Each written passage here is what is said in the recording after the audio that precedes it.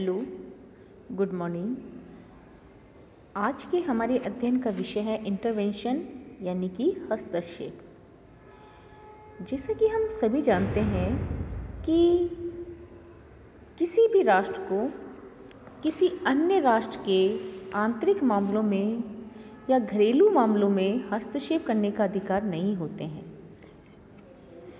यहाँ तक कि संयुक्त राष्ट्र संघ में को भी किसी भी राज्य के घरेलू क्षेत्राधिकार में आने वाले मामलों में हस्तक्षेप करने का अधिकार नहीं है। अगर हम पंचशील के सिद्धांतों की बात करें तो उसमें से एक सिद्धांत हस्तक्षेप पर का भी है। लेकिन बहुत बार ऐसा होता है कि कोई राज्य अन्य जो दूसरा राज्य है उसके मामलों में दखल देता है या कोई ऐसा काम करने के लिए बाधित करता है जो उसकी इच्छा के विरुद्ध हो। इसी प्रकार के दखल को हम हस्तक्षेप कहते हैं। तो हम हस्तक्षेप से क्या अभिप्राय लगाएं कि जब एक राज्य दो राज्यों के पारस्परिक संबंधों में या उन दोनों में से किसी एक राज्य के विषय में बिना किसी एक की सहमति के दखल देता है तो उसे हस्तक्षेप कहते हैं। अर्थात एक राज्य यदि किसी अन्य राज्य के आंतरिक विषयों में बिना उसकी सहमति के उसकी आंतरिक दशा को स्थापित रखने या उसमें परिवर्तन करने का प्रयास करता है या दखल देता है तो उसे हम हस्तक्षेप कहते हैं। ओपेनहीम के अनुसार इसकी परिभाषा इस प्रकार दी गई है कि हस्तक्षेप एक तानाशाही दखलंदाजी है जो एक राष्ट्र दूसरे राष्ट्र के मामलों को पलटने के लिए करता है। Intervention is dictatorial interference by a state in the affairs of another state for the purpose of maintaining और altering the actual condition of things.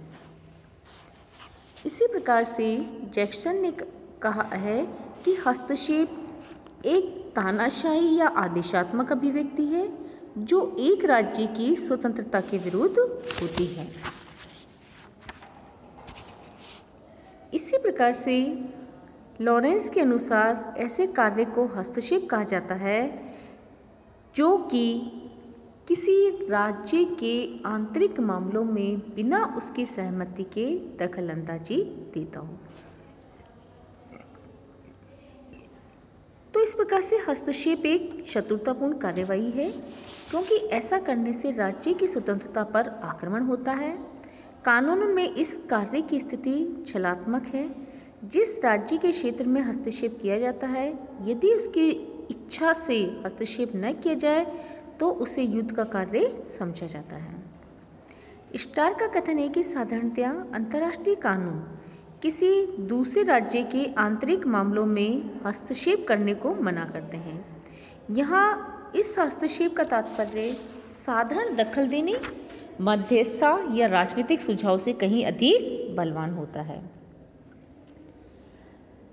और जहाँ तक निषेध का प्रश्न है इसमें अधिनायक से भरा हस्तक्षेप होता है।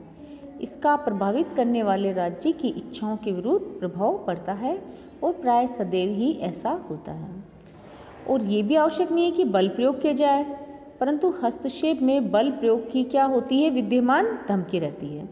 तो हस्तक्षेप में दो चीज़ें होती है। पहली तो है आदेश, अर्थात राज्य की इच्छा के विरुद्ध उसे कुछ करने या न करने को विवश किया जाए, और दूसरा है निर्देश, जिसमें कि राज्य की किसी नीति या कार्य का निर्धारण उस बाह्य आदेश से हो जिसे लेखकों ने राज्य की स्वतंत्रता या संप्रभुता का ह्रास माना है।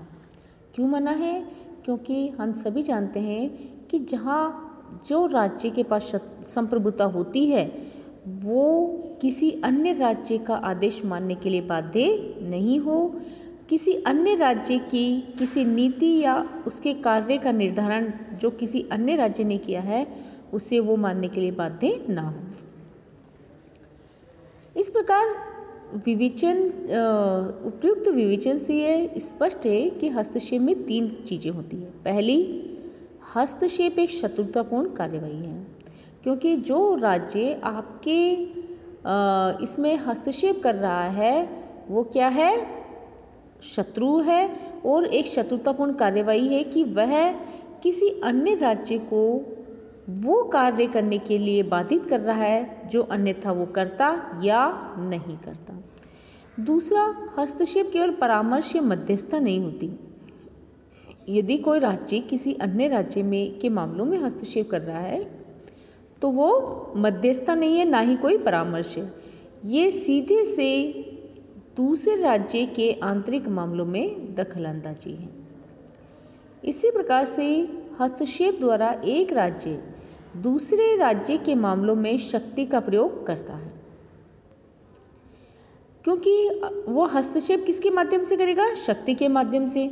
अब ये बात अलग है कि यदि वो शक्ति का प्रयोग नहीं भी करता है तो उसमें शक्ति की या बल प्रयोग की धमकी हमेशा विद्यमान होती है, और अपने हस्तक्षेप को सही ठहराने के लिए या अपने उद्देश्यों को प्राप्त करने के लिए वह हस्तक्षेप करता ही है। अब बात करते हैं हम काइंड्स ऑफ इंटरवेंशन की, कौन कौन से इंटरवेंशन के कार्य हैं, प्रकार हैं।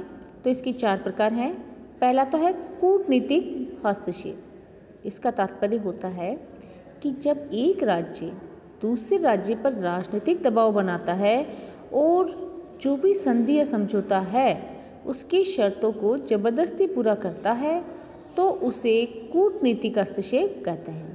जैसे सन 1895 में रूस, फ्रांस और जर्मनी ने जापान पर अपना कूटनीतिक प्रभाव डालकर उसे इस बात के लिए मजबूर किया था कि संधि द्वारा दिया गया लियाओटुंग का प्रायद्वीप चीन को लौटा दिया जाए।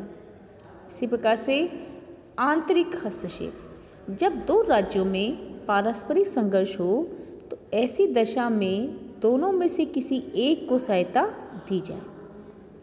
जैसे जब दक्षिण कोरिया और उत्तरी कोरिया में पारस्परिक युद्ध हुआ तब उत्तरी कोरिया को सहायता प्रदान कर चीन ने हस्तक्षेप किया।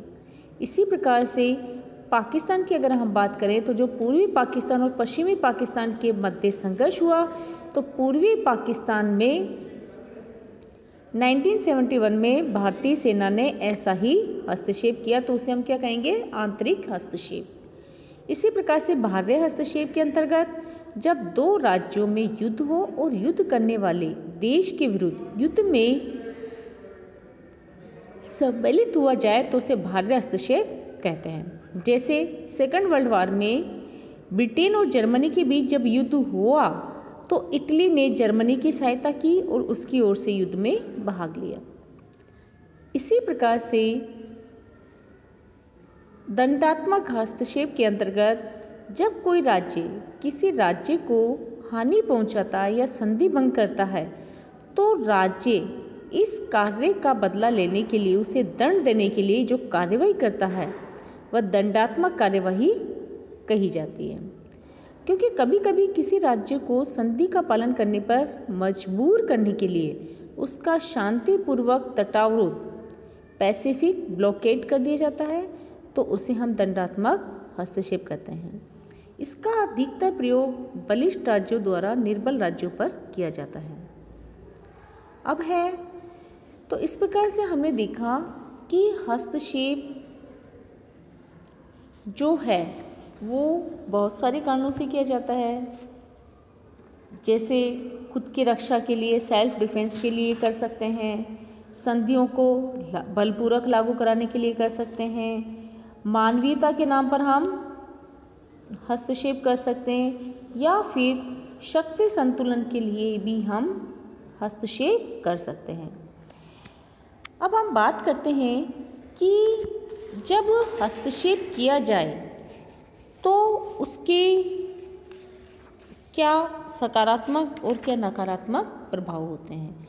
जैसा कि हम सभी जानते हैं कि जब एक राष्ट्र दूसरे राष्ट्र के आंतरिक मामलों में हस्तक्षेप करता है तो वो सही नहीं होता है, क्योंकि राज्यों की समानता और स्वतंत्रता इस नियम पर आधारित होती है कि कोई भी राज्य किसी दूसरे राज्य के आंतरिक या बाह्य मामलों में हस्तक्षेप नहीं करेगा।